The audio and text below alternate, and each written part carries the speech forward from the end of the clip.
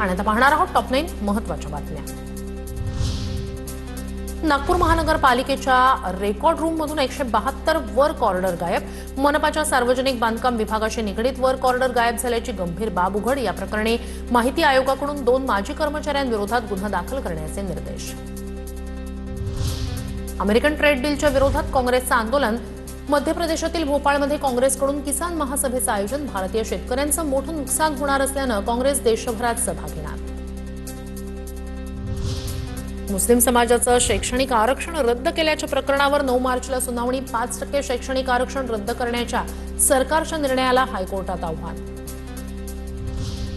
Bank घोटाळा प्रकरणात उद्योगपती अनिल अंबानी यांना मुंबई उच्च न्यायालयाचा दणका। 4 आठवड्यांची मुदतवाढ देण्याची मागणी कोर्टानं नाकारली। बँकांच्या फसवणूक कारवाईला स्थगिती देणारा आदेश न्यायालयाकडून रद्द। नागपूरमधील 12वीच्या पेपर फुटी प्रकरणाच्या चौकशीसाठी एसआयटीची नेमणूक। चौकशीसाठी स्थानिक पोलिसांच्या 5 सदस्यांची एसआयटी। नागपुरातील सेंट उर्सुला परीक्षा केंद्रातून रसायनशास्त्राचे पेपर फुटले होते। आतापर्यंत 4 अटक। नागपुरात राष्ट्रीय स्वयंसेवक संघ मुख्यालय आणि हेडगेवर स्मृती मंदिर सुरक्षेसाठी एआय आधारित नाईट विजन सीसीटीव्ही बसवले जाणार। डीपीडीसी मधून 2 कोटी रुपयांचा निधी मंजूर। एकूण 98 कॅमेरे बसवले जाणार। मुंबई अहमदाबाद बुलेट ट्रेन चालवण्यासाठी 15 भारतीय लोको पायलटचं जपानमध्ये विशेष प्रशिक्षण। मेट्रो आणि रेल्वे लोको पायलटच्या अनुभवावरून लोको पायलटची निवड।